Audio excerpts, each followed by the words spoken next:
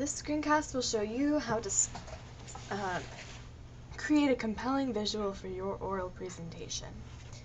Now for your oral presentation, it's important to remember that your visual will just be an aid. So you shouldn't be putting bullet points on it, you shouldn't be referring back to it throughout the presentation. It's just something for your audience to look at and to use to focus in on what you're saying. So again, it shouldn't have your speech written on it, and it should bring focus and clarity to your presentation. If you have words on your visual, you can use them to highlight the important parts of your presentation so that it acts as a cue for your audience to pay attention and it helps organize your oral. So because images are a good visual, compelling piece, you typically want to start with a white background. So if you're in Google Slides, you just go to Simple Light for the themes and hit OK, and there you are.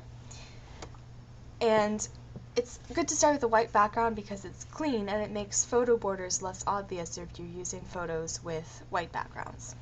So let's say that my oral is on a book about Chinese culture.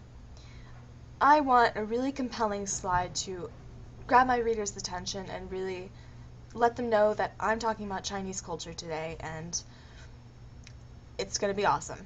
So if I Google images of Chinese culture and I come up with this is an awesome image to start with because first of all, it's red, which is a very attention-grabbing image.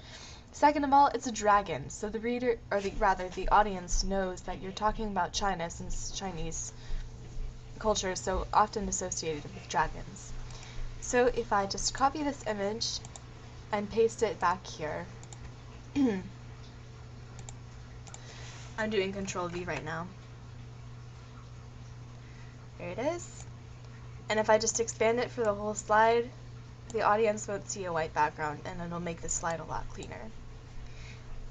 So this, my first slide, is an awesome first slide to have because it's just very compelling and it's attention grabbing and it lets the reader or the audience know exactly what I'm going to be talking about. So if I start a new slide, you want to use your slide transitions to signal a change in point as well.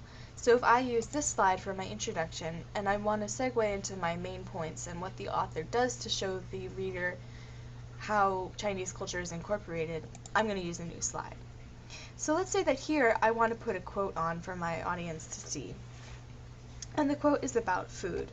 So if I Google exotic pictures of food, this is one of them that comes up. And this is a good image to use because it has a white background and very clean looking space. Also the fruit is kind of interesting, so that's good. So if we copy here and paste it back here using Control D, and it doesn't really matter if you don't size it enough, if it doesn't cover up, because it's a white background, your audience won't know. So I'm actually going to move this down a little bit so the fruit is over more in the corner. I'm just looking at what it looks like on here. And I'm going to insert a text box just up here. And my quote is, "All heroes are bold towards food." Kingston, 67. So this is okay. The audience won't be able to see your text very well, so you want to make it a little bigger. Maybe 24.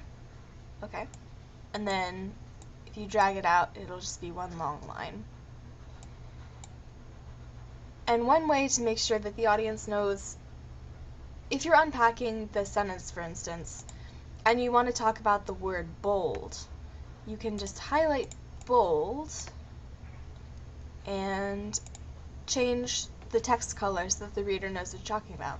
And one way to do this is you can change it to a color that corresponds in this picture. So let's use this one. That's not exact, but the reader will get the point. So by bolding this word, bold, or making it a different color rather, you're letting the reader know that you're going to be talking about this word in particular. The audience know that you'll be talking about this word in particular. So, orals are rather visuals for your orals are really all about design.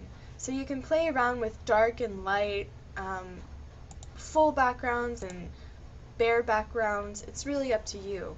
You just want to make sure, again, that your visual is just an aid. It shouldn't have your speech written on it, and it should bring focus and clarity to your presentation. Good luck!